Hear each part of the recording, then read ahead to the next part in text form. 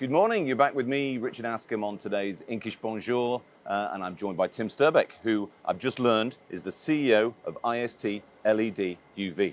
Fantastic, There yeah. you go, I got it right. It's good because it's written on the wall up there, so I can't get it wrong. Exactly. Tim, thank you for joining us this morning. Absolute pleasure to have you with us on Bonjour. How's Drupa going so far for you guys? So far, really nice. I mean, we haven't anticipated it that it would be that good. But honestly, a lot of people visiting, a lot of question about our products, about our future, how we see the market evolving. So very glad that we're here in Hall 1. And together with Heidelberg, it does make a lot of fun. Yeah, I noticed the Heidelberg thing behind me here. So, and this stand, I have to say, I said to you before we started that this is one of the cooler stands here at Drupa. You've gone for the sort of nightclub feel. It's a long time since I've been in a nightclub. Oh, no, don't say that, Sadly. right? You have to go, right? I mean, otherwise, every evening we do kind of a nightclub scenery here. No, yeah, that's basically the idea, to get more freshness into the market, to be a little bit more esprit, as you might say it, right? We have also a new slogan, more than UV, and we would like to inspire, promote success and trust, and so on. This we wanted to anticipate and wanted to also to feel in that booth here, right? And to make it a little more younger, and then also kind of maybe a little bit more innovative. Yeah? I think that's a key point, the younger point that you just made, because it's one of the difficulties that I see as a commentator really in the print industry, that the companies within the industry aren't necessarily appealing to the next generation. And we talked a little bit yesterday about how the print industry is actually the tech industry. It just doesn't know it. But if you can position, as you are doing, position yourself in that role, do you find that's easier to attract younger people, younger workers into the company?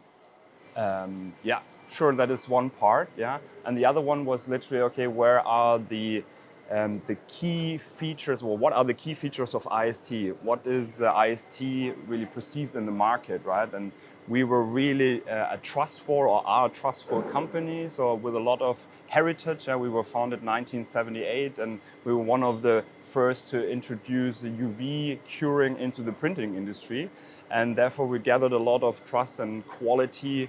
And on the other side, we wanted also to have the kind of a switch from the maybe a little bit too much settled in the industry, to get more esprit and get more innovation. And then we brought really 3 new innovation into the Drupa to present it on Drupa. Yep. And I think that is a really nice success story, I must say. Yeah. So I read this morning that every day we touch something that is UV coated, including shampoo, which of course, as you can see, I've used this morning. Tell me a little bit more about what you're trying to achieve with your technology, and how you can make that last for another 1,000 years. With UV, it's really interesting because you can do a lot of application, right? It's maybe a little bit too broad for just one company to cover all. Yeah.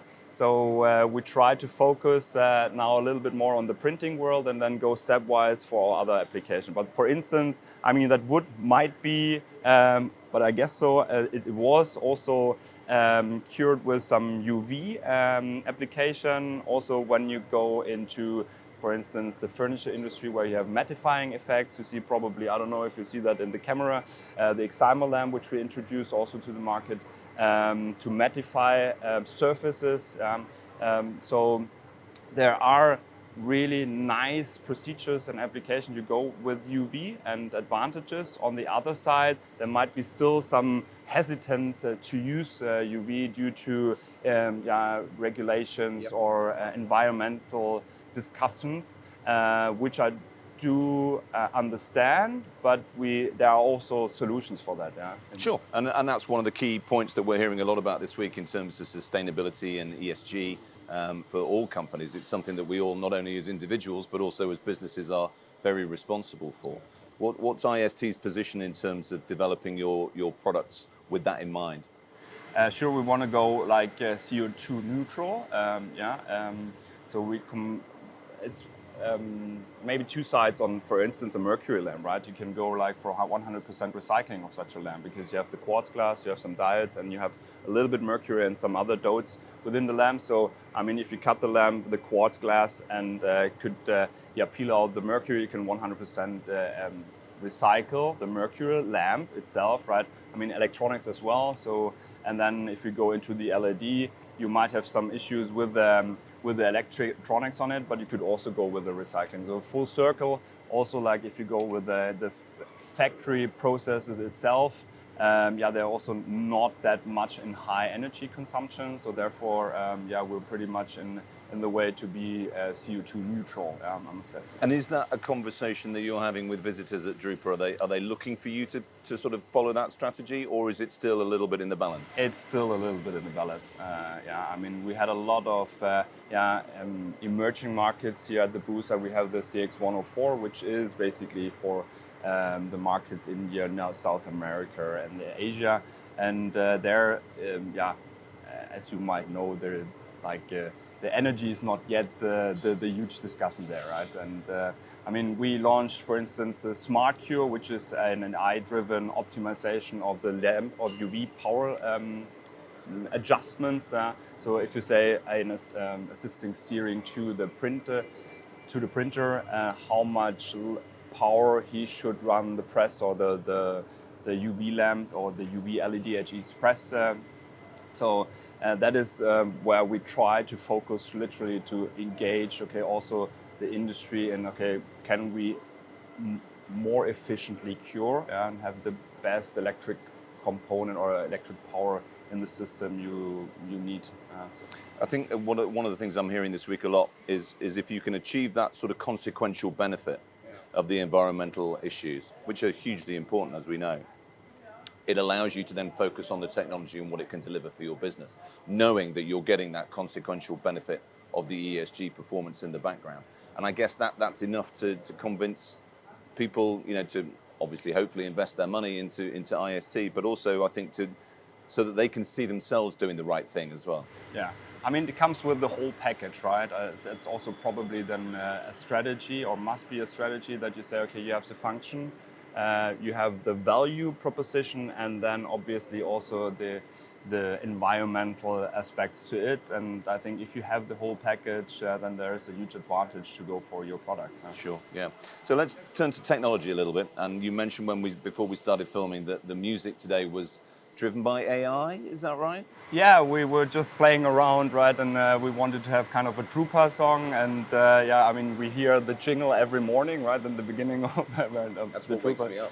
Yeah, at 10. So, now it starts. And currently you're able to generate music also with AI. And we created a Drupa IST song, and we just played it, and I think we play it now every day in the evening at the bar, because it's quite a lot of fun also. Do you see AI as a big part of your conversation now with customers? Absolutely, yeah. With customers and also for internal processes, right? AI will revolutionize the industry, right? Maybe it's the same like inventing the wheel or electricity, right? Or it is, honest. And so therefore, we're also looking into our products where we can implement AI. We have already on our homepage, for instance, an AI chatbot, which was also a cool journey to go through, right? We called it Violetta, Okay. So I mean, violet light, and then Violetta sounds a little bit so familiar, right? Yeah. And it was also quite funny to introduce that. I think when we started the website in December last year, when we started the AI chatbot, there you can ask several questions, and you can also follow what kind of question has been prompted, because you want to learn the system, and so there are quite some interesting answers and replies. So that's another name now that people can't use for their children. We've got rid of Alexa because that's not possible. Violetta now, we're going to have to. Yeah, exactly. We're going to run out of names, aren't we? Really. So Tim, tell me a little bit about you. Your journey into IST and really into this print industry. It wasn't your background particularly, was it? No, I come from business improvement, right? I was a consultant for 10 years, and then I switched to the private equity side, and was there, had several managing director positions in the private equity sector.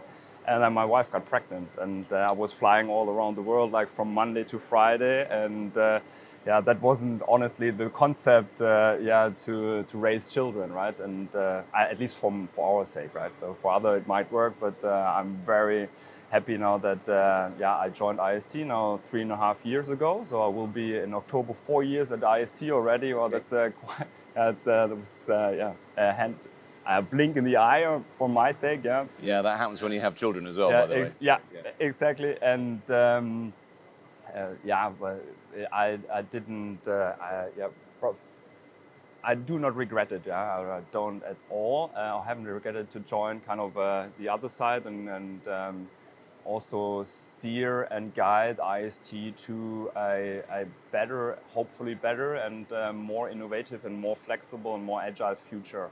And that is basically my task, what we try to achieve, to completely overrun the product portfolio, to inject another spirit to IST, because the spirit has been already good, but we wanted to have a little bit more agile. It's really interesting to me because coming in from an external business background and management consulting background, you come in with a clean pair of eyes and you see the industry for what it is, not what it always used to be.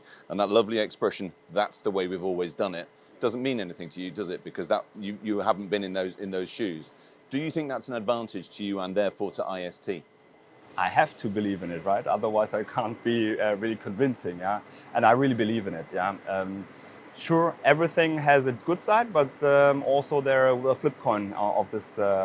We have done it always the same, So you need to find the solution or the concept which works for the company. Sure. And with IST, with that heritage, there is this fundamental, which is very important, right? I mean, the employees, the people are wonderful to work with, but there might also be some cases where you need to have a different kind of angle to look into and see, okay, hey, what are these processes? How could we steer? And what kind of product developments might be phased within 5 or 10 years? So really get a little bit a visionary and strategic thinking also into the mindset of the employees, right? Because the employees know probably best what's good for the company. They always tell us that, don't they, really? So yeah. Tim, it's been an absolute pleasure talking to you this morning. Thank you so much. Thank you for the coffee. Richard, thank you welcome. for the nightclub. First time in 25 years that I've been in a nightclub. And I hope you have a brilliant rest of Drupal. A few more days to go. Are you going to survive? I will. Excellent. Well, thank you for joining me. I've been Richard Askam this morning on Inkish Bonjour with my guest, Tim Sterbak. We'll see you somewhere soon.